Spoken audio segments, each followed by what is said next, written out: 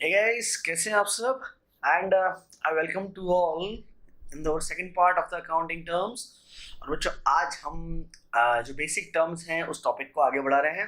कल हमने कुछ टॉपिक सीखे थे सर, और वो टॉपिक के अंदर जो हम लोगों ने पढ़ा था, अलग अलग वर्ड्स पढ़े थे हमने. Capital, drawings, goods, stock. ठीक है बच्चों, इस तरह की चीज़ें हम लोगों ने कल पढ़ी थी. तो सर आज हम क्या पढ़ने वाले हैं सर? तो आज हम लोग बहुत ही एक इंटरेस्टिंग जो टर्म है वहाँ से स्टार्ट करेंगे सर. और वो जो इंटरेस्टिंग टर्म है बेटा, उसको हम लोग बोलते हैं एसेट्स. ठीक है, तो आज का हमारा जो अगला टर्म है that will be from assets. अच्छा सर, ये एसेट्स क्या होते हैं बेसिकली, और सर ये कितने तरह के होते हैं, और सर ये क्या काम आते हैं, है ना? तो अलग अलग चीजें हम लोग इसके अंदर पढ़ेंगे. तो बच्चों सबसे पहले अगर मैं बात करूं आपसे एसेट्स की, so basically what is the meaning of assets? So basically assets is any kind of right on any kind of property or any other right which have provide benefit to the business firm. So whatever the right which are providing benefit for us, which are helpful in the economic inflow for the enterprises, these all benefits and all rights will be known as an assets. ठीक है बेटा, तो ये assets का definition होता है. तो पहले मैं आपको definition read कराता हूँ सर, और उसके बाद फिर हम लोग इसमें आगे चलेंगे और फिर देखेंगे सर टाइप ऑफ assets. ठीक है, चलिए तो हम बात कर रहे हैं सर assets की. देखिए ये आपके पास है sir assets. So assets are the property, movable और इमूवेबल. ओके, तो ये देखो बच्चों आपके पास एसेट्स, तो किसी तरह की प्रॉपर्टी है ना, किसी तरह का राइट जो आपके पास होता है बेटा, वो होता है आपके पास assets. So basically it is the assets are the property, movable और इमूवेबल. ओके, और legal right fine. So assets are the property, movable or immovable, or legal right owned by an individual or business. Now these are used by business to generate cash or income. ठीक है बच्चों, तो ये हमारे पास meaning होता है assets का. तो बड़ा एसेट्स का मतलब आपकी जितनी भी प्रॉपर्टीज हैं, है ना, जिन पे भी आपकी राइट्स, जिन पे भी आपकी ऑनरशिप है, these will known as an assets. तो सर एसेट्स का अगर हम टाइप की बात करें सर, एसेट्स कितने तरह की होती है, और अगर उसमें हम चलें सर, तो चलिए आपको एसेट्स की बात करते हैं हम लोग. और एसेट्स में देखते हैं सर आगे हमको क्या क्या देखने को मिलेगा. That will be really really important. बड़ा मजा आएगा सर उसको देखने में हमको. लो बच्चों, ये आ गए आपके एसेट्स. चलिए तो देखिए, जब हम एसेट्स की बात कर रहे हैं, so as you can see basically बेटा assets has been divided into part. Basically current assets and non current assets. Non current assets which are also known as long term assets. ठीक है बेटा, तो assets basically दो तरह के हैं आपके पास, एक तो करंट एसेट्स और एक आपका नॉन करंट एसेट्स. ठीक है, फिर नॉन करंट एसेट्स के अंदर हालांकि क्योंकि आपका भी बेसिक लेवल है बेटा, तो नॉन करंट एसेट्स को यहाँ पर वैसे आप फिक्स एसेट्स बोल देते हैं, अदरवाइज नॉन करंट एसेट्स में अलग अलग पार्ट्स होते हैं, है ना. पर आपके लिए यहाँ पे नॉन करंट एसेट्स जो है वो आप समझ सकते हैं फिक्स एसेट्स. फिक्स एसेट्स का मीनिंग क्या है सर? फिक्स एसेट्स को आप इसके फीचर से आइडेंटिफाई करते हैं. सर फिक्स एसेट्स का डेफिनेशन क्या? तो बच्चों फिक्स एसेट्स का definition, any assets which is in the business for any kind of production or for providing services. Assets in the business which for production or for providing services. Number one feature. Number two feature, these assets are not for resale, यानी कि हमने इन्हें resale के लिए नहीं खरीदा है. And feature number three जो इसका होता है बेटा फिक्स एसेट्स का, that these will provide benefit for longer term period. तो बच्चों देखिए, जो हमारा फिक्स एसेट्स है हमने पढ़ा, उसके अंदर तीन फीचर है सर. तीन फीचर कौन कौन से हैं सर? सबसे पहला number one, these are in the business for any kind of production और for providing services. Number two, these are not for resale. And number three, these will provide benefit for long term period. These assets will be known as fixed assets. तो for example देखिए, जैसे ये LED आप लोग देख रहे हैं जो लगा हुआ है सर, अभी ये हम लोगों ने खरीदा, तो हमारे बिजनेस के लिए क्या कर रहा है सर? ये यहाँ पे सर्विस प्रोवाइड कर रहा है ना, क्योंकि हम जो सर्विसेज प्रोवाइड कर रहे हैं वो इसकी हेल्प से ज़्यादा बेटर चल रहे हैं. या अगर आप चले जाए बेटा कि कोई आपका बहुत बड़ी फैक्ट्री है, कोई मैन्युफैक्चरिंग है, तो वहाँ पर जैसे प्लांट एंड मशीनरी होता है, तो सर प्लांट एंड मशीनरी क्या काम आता है सर? मैन्युफैक्चरिंग करने के काम में आता है. ठीक है, फॉर एग्जाम्पल आप किसी भी बिजनेस के अंदर चले हैं, बड़े बड़े शोरूम में चले हैं, तो वहाँ क्या होता है, शोकेस बने हुए, सिर्फ बहुत अच्छा फर्नीचर इंटीरियर लगा रहता है। तो वो फर्नीचर और इंटीरियर क्या कर रहा है सर, वो बिजनेस में कहीं ना कहीं, अच्छा वो प्रोडक्शन नहीं कर रहा फर्नीचर, बट वो प्रोवाइड सर्विस कर रहा है, क्योंकि वो अच्छा डिस्प्ले देता है कस्टमर को, ठीक है।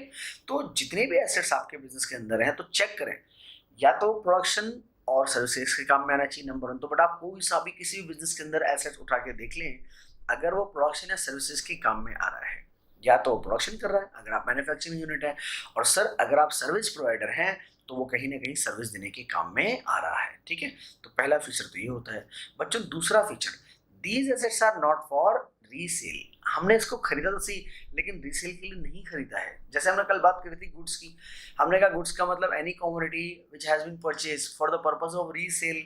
तो रीसेल के लिए जो खरीदते हैं वो तो गुड्स होता है।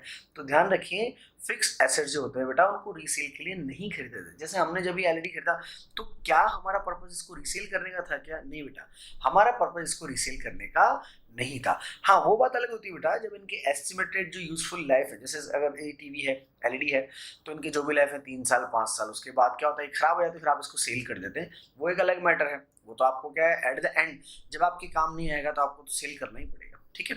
तो दूसरा फीचर होता है, these are not for resale, ठीक है। And number 3, these will provide benefit for long term period. बेटा लॉन्ग टर्म पीरियड का यहाँ पे जो मीनिंग होता है वो होता है मोर देन 1 ईयर। ना इसमें 2 ईयर 3 ईयर 5 ईयर तक आप ले सकते हैं, ठीक है। तो 3 फीचर होते हैं। दोबारा हम बताते हैं फिक्स रेट्स के बेटा 3 फीचर कौन कौन से। Number 1, sir these are in the business for any kind of production or for providing services, number 1. So number 2, these are not for resale, and number 3, that these assets will provide benefit for long term period, ठीक है बच्चों। तो sir ये definition होती है किसकी? ये definition होती है आपके पास फिक्स एसेट्स की। नाउ फिक्स एसेट्स के बाद अगर हम इसी में पहले आगे और इसका बाइफरकेशन करें, क्योंकि ध्यान रखिए सबसे पहले हमने पढ़ा एसेट्स। सर एसेट्स 2 तरह की हैं, एक नॉन करंट और एक करंट। अभी हमने सिर्फ नॉन करंट एसेट्स की डेफिनेशन बात करी, जिसको अभी हम यहाँ फिक्स एसेट्स भी बोल रहे हैं। मैं फिर बोलना चाहूंगा बेटा 11th लेवल पे आप इसको बोल सकते हैं। जब आप हायर लेवल पे जाएंगे बच्चों, तो नॉन करंट एसेट्स के अपने अलग अलग पार्ट होते हैं, जिसमें से एक पार्ट सबसे इंपॉर्टेंट फिक्स एसेट्स ही होता है, ठीक है। पर यहाँ 11th के लेवल पे नॉन करंट एसेट्स और फिक्स एसेट्स सिमिलर माने जा सकते हैं।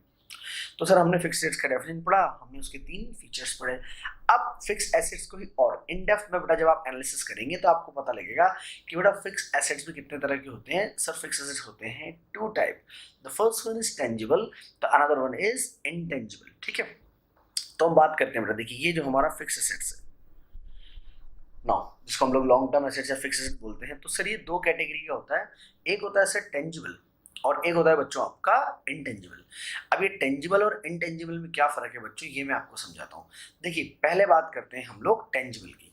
तो सर टेंजिबल एसेट्स क्या बच्चों? टेंजिबल एसेट्स का मतलब ये एसेट्स विद फिजिकल एग्जिस्टेंस। तो जिन एसेट्स का फिजिकल एग्जिस्टेंस होता है, फिजिकल एग्जिस्टेंस का मतलब ये सर आप उसको देख सकते हैं, आप उसको टच कर सकते हैं, ठीक है, नजर आ रहा है आपको, उसको हम लोग बोलते हैं physical existence. So any assets with physical existence will be known as tangible fixed assets. You can see these example: land, building, office equipment, vehicle, furniture and fixtures and computers. So ये सारे assets वो हैं sir जिन पे आपको कहीं ना कहीं ये नजर आ रहे हैं, आप इनको टच कर सकते हैं, ठीक है। अब जब स्टूडेंट 11th में तो सर बोले सारे एसेट्स टेंजिबल होते हैं, सर इंटेंजिबल कौन से होते हैं? बेटा इंटेंजिबल के लिए देखो, एक्चुअली वो भी इसी के बराबर इसको टक्कर दे रही है। अब ये इंटेंजिबल एसेट्स क्या होते हैं सर, ये मैं आपको बताता हूँ। देखिए बेटा इंटेंजिबल एसेट्स का क्या मीनिंग? इंटेंजिबल एसेट्स का मीनिंग होता है बेटा assets without physical existence, okay.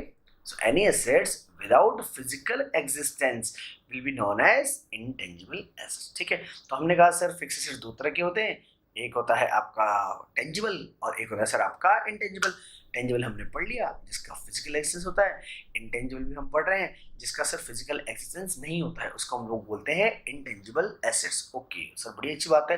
अब ये बेटा जो कुछ एग्जाम्पल हैं, तो आप बेसिक टर्म्स पढ़ रहे हैं, बहुत सारे वर्ड आपने सुने होंगे, बहुत से आप पहली बार सुनेंगे आज, है ना। तो मैं आपको इन सबके मीनिंग बताऊँ। हालांकि एग्जाम के पॉइंट ऑफ व्यू से अगर हम बात करें तो सिर्फ डेफिनेशन और एग्जाम्पल पूछे जाते हैं। ध्यान रखिए एग्जामिनर फेवरेट क्वेश्चन है बेटा, वो हमेशा पूछता है give any 3 example of intangible assets. ये क्वेश्चन बहुत बार एग्जाम में रिपीटेड है।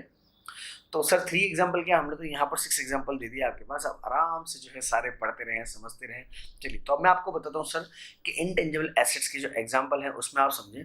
देखिए, जैसे जो भी आपके पास, सबसे पहले अगर मैं बात करूँ तो पहला एग्जाम्पल जो हम लोग लेंगे that will be patent, copyright. अब देखो बच्चों, पेटेंट और कॉपीराइट ये जो होती है किस तरह की चीज होती है सर। देखिए, पेटेंट और कॉपीराइट मैं आपको समझाता हूँ। फॉर एग्जाम्पल बेटा, आप कोई टेक्निक है ना, उसको डेवलपमेंट करते हैं सर, या आप कोई फॉर्मूला बनाते हैं, ठीक है। जैसे फॉर एग्जाम्पल आपकी कोई डिजीज चल रही है सब, कोरोना वायरस चल रहा है, ठीक है। अब ये कोरोना वायरस की फॉर एग्जाम्पल कोई बहुत बढ़िया साइंटिस्ट था सर, उसने क्या करा सर, उसने एक फॉर्मुलेट कर लिया, उसने एक वैक्सीन बना दिया सर इसका। उसने कहा ये वैक्सीन मैंने बना दिया और सर इससे कोरोना वायरस की संभावना बिल्कुल खत्म हो जाती है। अब सर फॉर एग्जांपल आप ये एज्यूम कर लें कि वो महान साइंटिस्ट आप ही हैं सर, आप ही ने बना दिया। लेकिन बेटा, आपने अगर बना भी लिया तो भी क्या आप उसको कॉमर्शियली प्रोडक्शन कर सकते हैं कि सर? नहीं कर सकते ना, क्योंकि उसका रीजन आप समझिए, इस वैक्सीन का कितना जबरदस्त डिमांड मार्केट में रहेगा और आप इतना डिमांड पूरा कर ही नहीं पाएंगे। तो आपने कहा इससे तो मजा ही नहीं आएगा, मैं इतना प्रोडक्शन नहीं, हाँ मेरे पास फॉर्मूला है लेकिन मेरे पास इतना मनी नहीं है कि मैं इसका प्रोडक्शन आगे कर सकूं। तो सर आपने क्या करा, आप एक कंपनी के पास गए, फॉर एग्जाम्पल इंडिया की एक बड़ी कंपनी सन फार्मा, आप सन फार्मा के पास गए, आपने उनको बोला कि सर ये फॉर्मूला मेरे पास है सर और आप चाहो तो उसको ले लो, क्योंकि सन फार्मा बहुत बड़ी कंपनी है, उनका बहुत बड़ा मार्केट नेटवर्क है ना, और उनके सारे डॉक्टर से जो है वो कहीं ना कहीं बहुत अच्छे कॉन्टैक्ट्स हैं, वर्ल्ड वाइड उनका बिजनेस चलता है। तो आपने कहा ये सन फार्मा मेरा काम कर सकता है, तो सर आप सन फार्मा के पास गए और आपने कहा सर ये वैक्सीन है मेरे पास कोरोना का, आप चाहे तो फॉर्मूला ले लो और खूब पैसे कमाओ। तो सर सन फार्मा ने क्या करा, आपको 500 करोड़ रुपए दिए, ठीक है, लेकिन इस शर्त के साथ भी है कि अब ये फॉर्मूला आप और किसी को सेल नहीं करेंगे। आपने कहा सर नहीं करूंगा, मेरे को 500 करोड़ मिल गए, मेरे तो 7 पीढ़ियां तर गई, मेरे को कोई दिक्कत नहीं बस। तो सर आपने 500 करोड़ ले लिए। अब सन फार्मा सर क्या करेगा, 500 करोड़ में उसने आपसे जब राइट खरीदा है तो उस राइट को अपने नाम पे रजिस्टर कराएगा सर, और जब वो राइट को अपने नाम पे रजिस्टर कराएगा तो सर उस राइट को ही हम लोग क्या बोलते हैं, बेसिकली उसको हम लोग पेटेंट बोलते हैं, वैसा ना जो मेडिसिन के अंदर चलता है पेटेंट। कॉपीराइट भी कहीं ना कहीं इससे मिलता जुलता वर्ड है, कॉपीराइट थोड़ा सा अलग जो है टेक्नोलॉजी में काम में आता है, और जो आपके मेडिसिन वगैरह हैं उनमें पेटेंट वर्ड जो है हम लोग काम में लेते हैं। तो सन फार्मा क्या करेगा सर, 500 करोड़ रुपए देके उस वैक्सीन के फॉर्मूले को अपने नाम पे रजिस्टर्ड करा लेगा, उसको बोलेंगे फिर हम लोग पेटेंट। अब आप देखो, क्या आपको सन फार्मा कहीं राइट कहीं नजर आएगा क्या? कहीं नजर नहीं आएगा, ठीक है। आप इस राइट को देख नहीं सकते, पर आप महसूस कर सकते हैं कि अगर आपके पास सिर्फ सन फार्मा ही इंडिया के अंदर ही दवाई बना रहा है, पूरे वर्ल्ड वाइड वही दवाई बना रहा है, इसका मतलब उसके पास राइट है, तभी तो बना रहा है, दूसरा क्यों नहीं बना पा रहा? तो दूसरा उसके राइट को नहीं चुरा सकता बेटा। तो ये 500 करोड़ उसने आपको दिए, तो उसने पता है 500 करोड़ देके क्या खरीदा, एक तरह से पेटेंट खरीदा, उसने अपने आप को रजिस्टर करा लिया। तो उसको बोलते हैं बेटा हम लोग इंटेंजिबल एसेट्स का फर्स्ट एग्जाम्पल जो मैं दे रहा हूँ आपको, दैट इज पेटेंट। पेटेंट की तरह बेटा क्या होता है दूसरा, कॉपीराइट भी सेम इससे मिलता जुलता होता है आपके पास, ठीक है, जो टेक्नोलॉजीज वगैरह होती है उसमें काम में आता है। या इवन जैसे फॉर एग्जांपल आप कौन बनेगा करोड़पति देखते हो, अब सर कौन बनेगा करोड़पति कौन से चैनल पे आता है सर? अभी सोनी टीवी पे आता है सर, बिल्कुल आता है सर। उसका रीजन है क्योंकि कौन बनेगा करोड़पति के जो प्रोड्यूसर हैं उन्होंने क्या कर रखा सर, इसकी ब्रॉडकास्टिंग का जो राइट है वो सोनी को बेच दिया सर, ठीक है, 200 करोड़ रुपए में उन्होंने सोनी को बेच दिया। अब सोनी वाले की जब मर्जी होगी उतनी बार वो उन एपिसोड्स को दिखाएगा सर, है ना, अपने टाइम के हिसाब से उसको दिखाएगा। अब यहाँ पर जैसे अगर आप ही प्रोड्यूसर है सर, है ना, कौन बनेगा करोड़पति के, तो आपने क्या करा, 200 करोड़ में राइट किसको बेच दिया सर? सोनी को बेच दिया, ठीक है, और सोनी ने वो राइट खरीदा, तो वो राइट जो उसने खरीदा उसको हम लोग क्या बोलते हैं सर? उसको हम लोग बोलते हैं कॉपी राइट। आप देखिएगा जब क्या होता है, जब भी कोई आपका इसी तरह का प्रोग्राम जब खत्म होता है ना, तो उसके नीचे एक छोटी सी लाइन आती है, copyright at the rate of this year, इस तरह की लाइन लिखी रहेगी, आप उनको समझना, वो जरूर आपको नजर आएगा। तो वो भी क्या होगा, एक तरह से इंटेंजिबल, क्योंकि राइट तो है पर आप उसको देख तो नहीं सकते हो कि सोनी का जो मालिक है वो गले में लगा के थोड़ा घूमता है कि भैया मेरे को कौन बनेगा करोड़पति दिखाने का राइट, ऐसा नहीं होता ना, बट आप समझ सकते हैं क्योंकि वो सिर्फ उसी पर्टिकुलर चैनल पे आ रहा है, दैट मीन्स उस चैनल के पास उसको दिखाने के राइट्स हैं, इसको बोलते हैं बेटा हम लोग कॉपी राइट्स, ठीक है। एक आपका जैसे सॉफ्टवेयर होते हैं आप लोग यूज करते हैं, जैसे आप विंडोज यूज करते हैं ना सॉरी, ये दूसरी तरह के सॉफ्टवेयर आप यूज करते हैं। सॉफ्टवेयर क्या होता है, सीधा आपने खरीदा और आपके जो पीसी और लैपटॉप उसके अंदर आता है ना बेटा, तो सॉफ्टवेयर का भी नजर थोड़ी ना आता है। हाँ, सॉफ्टवेयर आप हार्ड डिस्क में कॉपी जरूर कर सकते हैं, ठीक है, पर ध्यान रखिए जब आप हार्ड डिस्क में कोई सॉफ्टवेयर लेके आते हैं ना, तो मेन कीमत हार्ड डिस्क की नहीं होती, हार्ड डिस्क तो 25-50 रुपए का है, मेन कीमत सर उसके अंदर रिकॉर्ड हुए सॉफ्टवेयर की। तो software also an example of intangible assets. एक एसेट्स और होती है बेटा जिसको हम लोग बोलते हैं गुडविल। तो गुडविल जो है सर, ये भी एक एग्जांपल है किसका सर, इंटेंजिबल एसेट्स का। देखिए जो गुडविल होता है सर, गुडविल क्या होता है बेटा, गुडविल का मतलब होता है intangible power of the business, या इसको आप डायरेक्ट बोल सकते हैं, it is the power of the business which attract the new consumers. तो इस तरह का आपका बिजनेस का पावर जो न्यू कंज्यूमर को अट्रैक्ट करता है बच्चों, उसको हम लोग क्या बोलते हैं सर, उसको हम लोग बोलते हैं गुडविल। ठीक है, तो जिसको आप एक तरह देखा जाए तो फिर और हम मॉडिफाइड करके फिर क्या करते हैं, उसको ब्रांडिंग बना देते हैं एक तरह से देखा जाए तो। ठीक है, अभी क्या होता है, जैसे आपको फॉर एग्जांपल रेडीमेड शर्ट्स खरीदना है ना, जैसे ये शर्ट्स खरीदना है ना, अब ये आपको शर्ट खरीदना है साहब, अब ये शर्ट मैं मुफ्ती से लेके आया फॉर एग्जांपल, तो अब रीजन मैं मुफ्ती पे क्यों चला गया सर, मैं दूसरे शोरूम पे क्यों नहीं गया सर, उसका रीजन है क्योंकि हमें पता है कि सर उसकी क्वालिटी बहुत अच्छी होती है ना, कपड़ा पहनने में बड़ा सॉफ्ट होता है और बड़ा ड्यूरेबल होता है, बड़े लंबे टाइम तक चलता है। उसका रीजन क्योंकि बहुत सालों से जो मुफ्ती हैं शर्ट्स बना रहे हैं, इस बिजनेस के एक्सपर्ट हैं। अब ऐसा तो नहीं है ना उन्होंने मेरे को फोन करके बुलाया, मैं सर खुद ही उनका नाम सुन के उनके पास पहुंच गया, तो उसको हम लोग बोलते हैं गुडविल। ठीक है बेटा, तो ये एग्जांपल हमने डिस्कस किए जिसमें मैंने आपको बताया एक तो पेटेंट, एक सर कॉपीराइट, सॉफ्टवेयर, एक मैंने आपको बताया गुडविल। इसके अलावा सर बहुत सारे राइट, जैसे फ्रेंचाइजी राइट होते हैं, है ना, या आपके पास फ्रेंचाइजी राइट के बाद एक आपका टेनेंट राइट भी होता है। मैं आपको बता दूं सर, टेनेंट राइट जो होता है वो किस तरीके से चलता है, जिसको हम लोग टेनेंसी राइट बोलते हैं, वैसे proper word sir. Tenancy right में क्या होता है मैं आपको बताऊं कि आप ये मान के चलेंगे सर, आपने कोई मेन मार्केट के अंदर कोई शॉप आपने ली सर, है ना, और आपने क्या करा, 20 साल तक आप बिजनेस कर रहे हैं, ठीक है सर। अब एक दिन अचानक से आपका लैंडलॉर्ड आता है और आपको बोलता है सर ये दुकान खाली करो सर, मेरे को चाहिए। तो आपने कहा सर मैं 20 साल से बिजनेस कर रहा हूँ, क्या कर रहे हो, मेरे कस्टमर सेट हैं वो डायरेक्ट यहाँ पे आते हैं। उसने कहा नहीं सर मेरे को तो दुकान चाहिए मेरी खाली करके। आपने कहा ठीक है सर, हम दुकान आपको खाली कर देंगे, 10 लाख रुपए दे दो। अरे यार 10 लाख रुपए क्यों दे दो, दुकान तो मेरी है, मैं तो आपको रेंट पे दिया हुआ था, आप मेरे को रेंट देते थे, बदले में दुकान यूज करते थे। मैंने कहा सर वहां तक सब सही है, लेकिन आज ये जो काउंटर है इस पर बहुत गुडविल है। फॉर एग्जाम्पल ये मेडिकल स्टोर है सर, आपने 20 साल तक मेडिकल स्टोर चलाया सर, अच्छा आपका कहीं ना कहीं नाम हो गया मार्केट के अंदर। अब एकदम से अगर आपकी दुकान खाली हो जाएगी यहाँ से और आपका लैंडलॉर्ड यहाँ मेडिकल की दुकान लगा लेगा, तो उसको रनिंग प्रॉफिट मिल जाएंगे सर।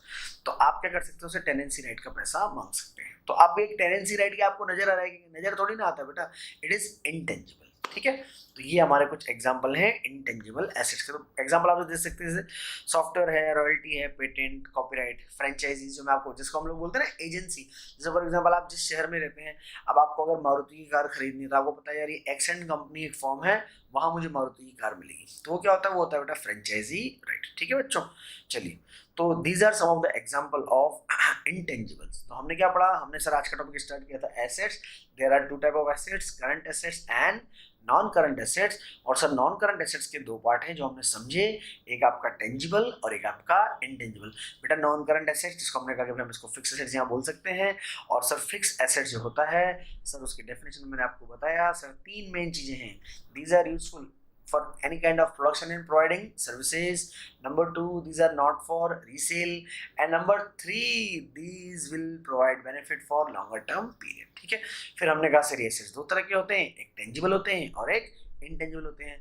अगर सर फिजिकल एग्जिस्टेंस है तो अगर फिजिकल एग्जिस्टेंस है तो फिर वो टेंजिबल है, और सर अगर फिजिकल एग्जिस्टेंस नहीं है तो वो आपके इंटेंजिबल है। ठीक है, एग्जांपल हमने समझ लिया, तो आई होप सो आपको ये समझ में आया होगा। नेक्स्ट मूविंग फर्दर, अब आते हैं बेटा हम लोग करंट एसेट्स के ऊपर। देखिए करंट एसेट्स की जब हम बात कर रहे हैं, what is the meaning of current assets.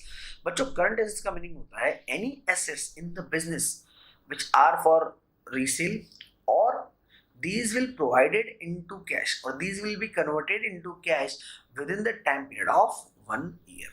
तो बच्चों आपके बिजनेस के ऐसे एसेट्स जो एक साल के अंदर अंदर सर किस में कन्वर्ट हो जाएंगे, सर कैश में कन्वर्ट हो जाएंगे, तो उसको हम लोग बोलते हैं करंट एसेट्स। ठीक है, अब देखो जब हम लोग करंट एसेट्स की बात करते हैं तो ये हालांकि आपके पास ये तो लायबिलिटी करेगा, these are the current assets. Yes, so current assets की देखो हम लोग जब बात करते हैं तो मैंने आपको डेफिनेशन बता दी, basically assets which are for the resale purpose in the business, और these will be converted into cash within the time period of 1 year। तो जो एक साल के अंदर अंदर कैश में कन्वर्ट हो जाएंगे उसको हम लोग बोलते हैं बेटा करंट एसेट्स। ठीक है बच्चों, अब इसके एग्जांपल मैं आपको समझाता हूँ। देखिए इसके एग्जांपल में, अच्छा देखिए सबसे पहला एग्जांपल जैसे लिखा, हालांकि एरो लगा हुआ है पर please remember these are all different example, it is not any kind of process.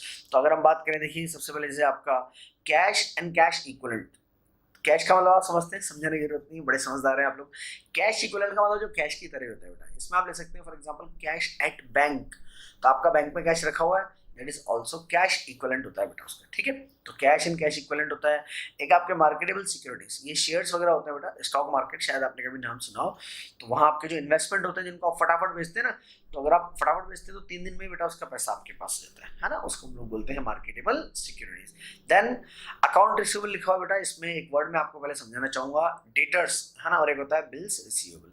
Sir ये डेटर्स क्या होता है बेटा, बहुत सिंपल समझेंगे। डेटर्स का मतलब होता है क्रेडिट कस्टमर, एब्सोल्युटली सिंपल सा, क्रेडिट कस्टमर।